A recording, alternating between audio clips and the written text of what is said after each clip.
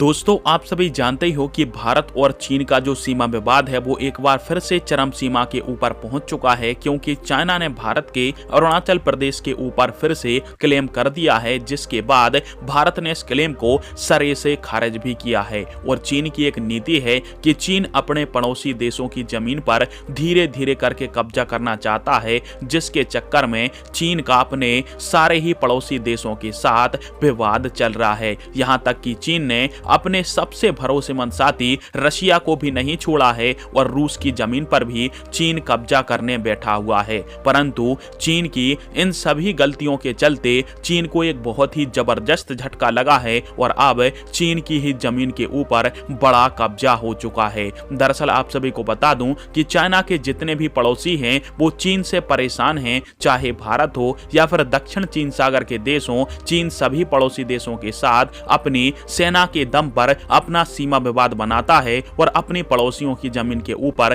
कब्जा करना चाहता है। परंतु अभी हाल ही में हुआ क्या है कि चीन के इन आतंक के खिलाफ चीन के सारे पड़ोसी देश एक साथ इकट्ठे हो चुके हैं और अपनी अपनी सेना उतार चुके हैं ताकि चीन को उनकी जमीन ना मिल पाए। और चीन जो अपने पड़ोसी देशों की जमीन के ऊपर अपना फालतू का क्लेम करता है, उसके बाद चीन के 4 पड़ोसी देश जिनमें वियतनाम, फिलीपींस, मलेशिया और इंडोनेशिया शामिल हैं, इन चारों ही देशों ने अपनी अपनी सेनाएं चीन के साथ विवादित क्षेत्र के ऊपर उतार दी हैं ताकि चीन की जो क्लेम किया जाता है इन देशों की जमीन के ऊपर उसको सरे से रोका जाए। और चीन का दक्षिण चीन सागर को लेकर जो क्लेम था उस पर अब चीन की सारी पाबंदियां हटा दी जा चुकी हैं और जो देश जिनकी वो जमीन है उन पर उन देशों ने अपनी अपनी आर्मी उतार ली है। और स्क्रीन के ऊपर आप सभी इसका आर्टिकल भी देख सकते हो कि दक्षिण चीन सागर में चीन को मुंह की खानी पड़ी है। हालांकि चीन दक्षिण चीन सागर के ऊपर अपने किए गए दावे को लेकर तिलमिला तो खूब रहा है, परंतु चीन भी जानता है कि एक साथ